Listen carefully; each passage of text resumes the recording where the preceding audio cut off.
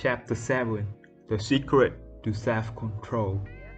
In 1971, as the Vietnam War was heading into its 16th year, Congressman Robert Steele from Connecticut, and Morgan Murphy from Illinois made a discovery that stunned the American public. While visiting the troops, they had learned that over 15% of U.S. soldiers stationed there were heroin addicts. Follow-up research revealed that 35% of service members in Vietnam had tried heroin and as many as 20% were addicted. The problem was even worse than they had initially thought.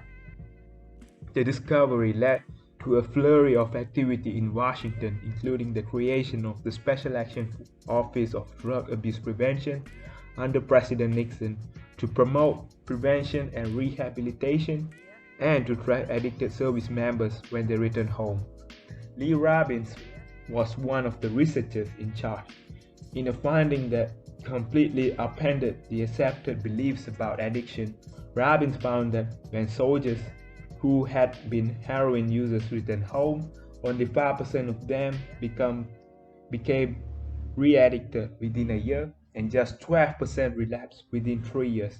In other words, approximately 9 out of 10 soldiers who used heroin in Vietnam eliminated their addiction nearly overnight. This finding contradicted the prevailing view at the time, which considered heroin addiction to be a permanent and irreversible condition. Instead, Robbins revealed that addictions could spontaneously dissolve if there was a radical change in the environment. In Vietnam, soldiers spent all day surrounded by cues triggering heroin use. It was easy to assess they were engulfed by the constant stress of war. They built friendships with fellow soldiers who were also heroin users. They were thousands of miles from home. Once a soldier returned to the United States, though, he found himself in an environment devoid of those triggers. When the context changed, so did the habit.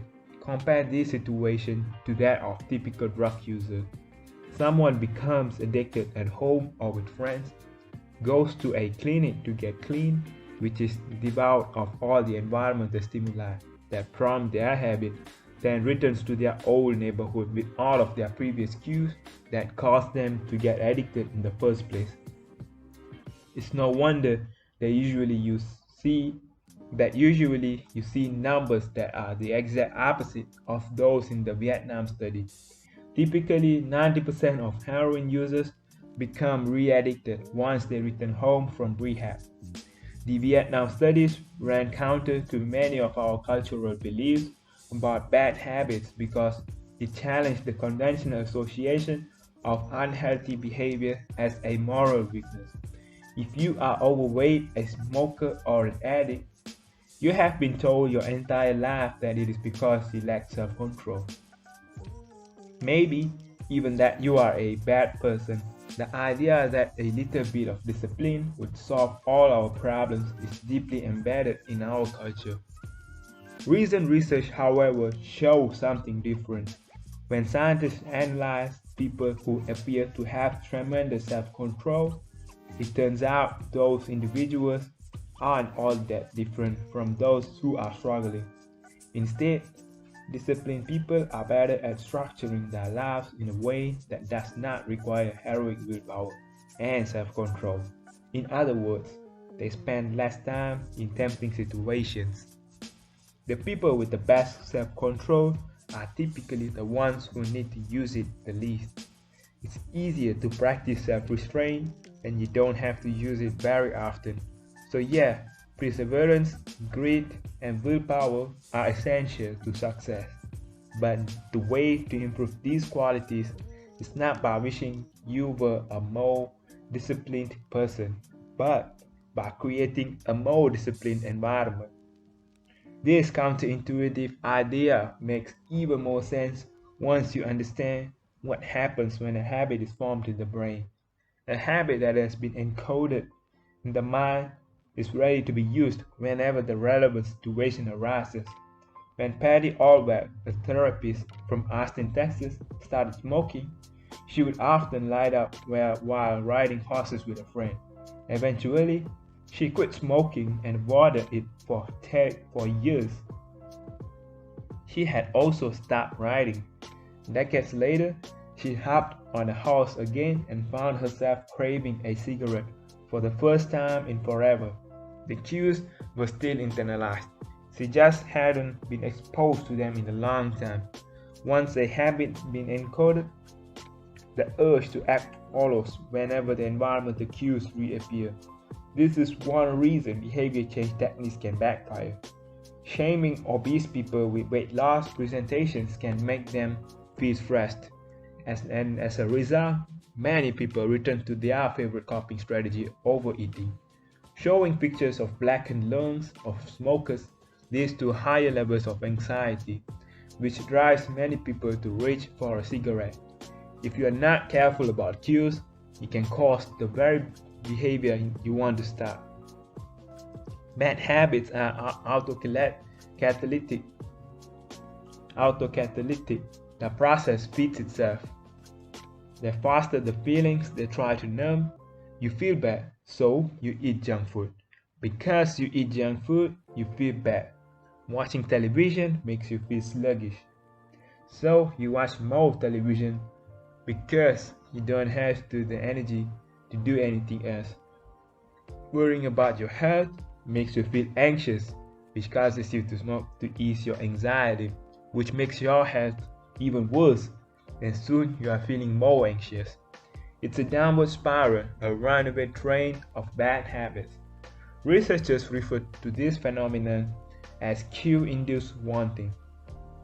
An external trigger causes a compulsive behavior, compulsive craving, as a matter of fact, to repeat a bad habit. Once you notice something, you begin to want it.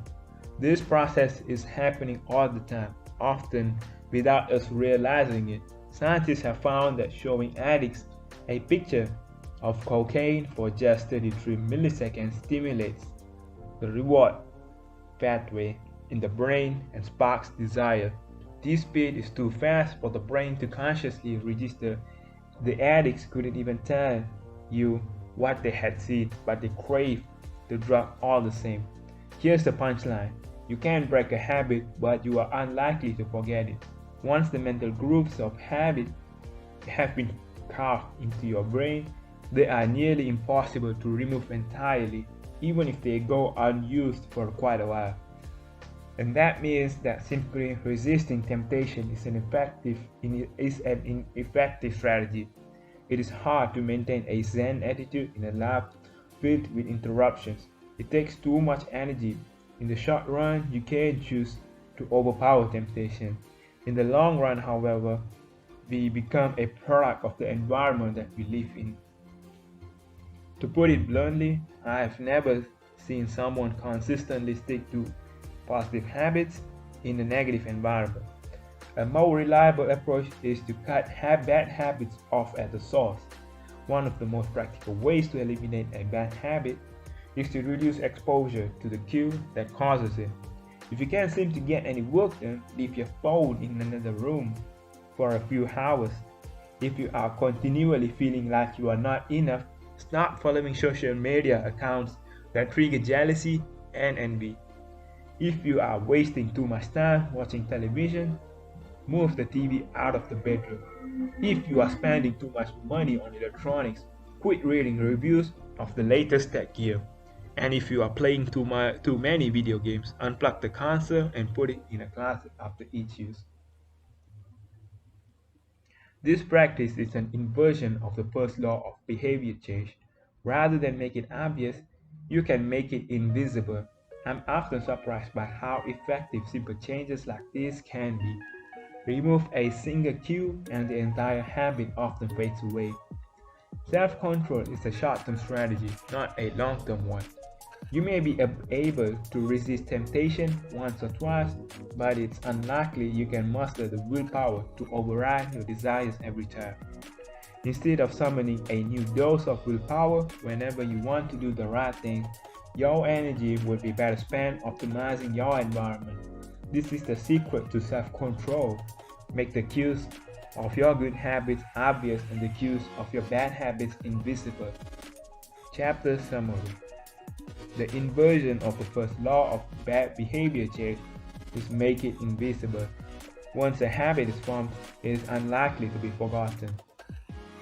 People with high self-control tend to spend less time in tempting situations. It's easier to avoid temptation than resist it.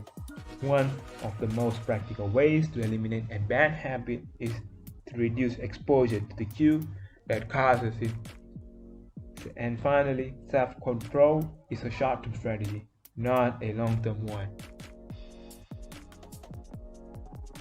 In summary of how to create a good habit under the first law, make it obvious. Number 1.1. Fill out the habit scorecard. Write down your current habits to become aware of them. Use implementation intentions. I will this behavior at this time in this location. Number 1.3. Use habit stacking. After this current habit, I will this new habit. And finally, design your environment. Make the cues of good habits obvious and visible. Whereas, for the same first law, which is the inversion of the first law, make it invisible. 1.5. Reduce exposure. Remove the cues of your bad habits from your environment.